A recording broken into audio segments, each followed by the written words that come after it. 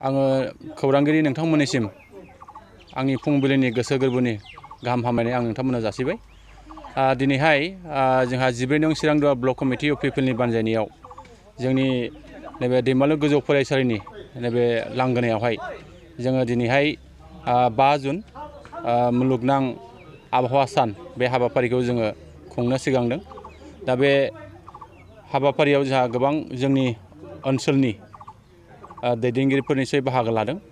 जोंनि साफ्रोमबो बाहाय नुजाफैनो हानाय जोंनि बे ओनसोलनि गुबुन गुबुन आफादाव थानाय दैदेनगिरिफोरनिफ्राय बाहाय नुजाफैनो हादों।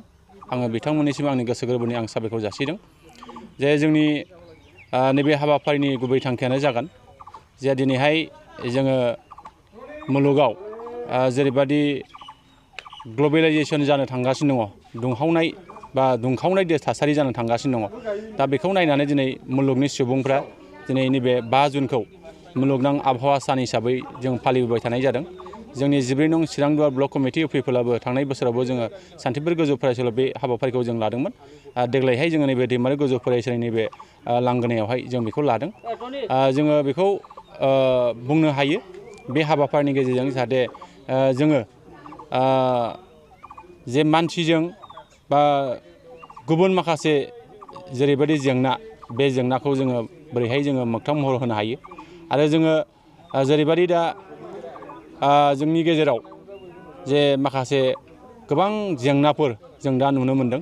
बे जेंनाफोरखौ जों निस्सय जोङो बोस्रांनांगौनि थाखाय जोङो बिफां गायनाय बेखिनि हाबाफारिखौ निस्सय जोङो लानांगौ जागोन आरो जोङो बिनि गेजेरजोंनो जोंनि गेजेराव जेरैबायदि जोङो दंफां लाइफां जुदि थायोबा मानसिजों जेरैबायदि मोजां थांनानै थानायनि जे सोमोन्दो, जे मानसिया गारनाय जे मुवाखौ जाहाथे जोङो दंफांनिफ्राय बा बिफां लाइफांनिफ्राय जों बोरैहाय मोननो हायो आरो जों बोरै थांनानै थानो हायो बेखिनिखौ जोङो दिनैहाय नुहुरदों।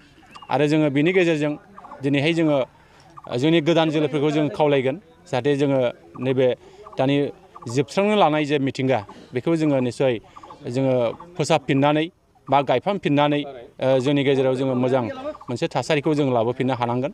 नङाबा निस्सय जोङो गुबुन गुबुन हादोराव, गुबुन गुबुन रायजोआव जेरैबायदि दा मरुभूमि जानो थांगासिनो दङ, दा जोंनि नैबे BTR हालामावबो, नैबे जोंनि 12 नं चिरांदुवार हालामावबो निस्सय जोङो नैबे दंफां लाइफां गायफिननायनि जे हाबाफारि बेखौ जोङो निस्सय लानांगोन आरो गोदान जोलैया बिनि सायाव जाहाथे सांग्रां जानानै जाहाथे नैबे जोंनि दानि जे दुंखावनाय जे थासारि बेनिफ्राय जोङो बारग'होनायनि थाखाय जोङो निस्सय खामानि मावनांगौ दङ।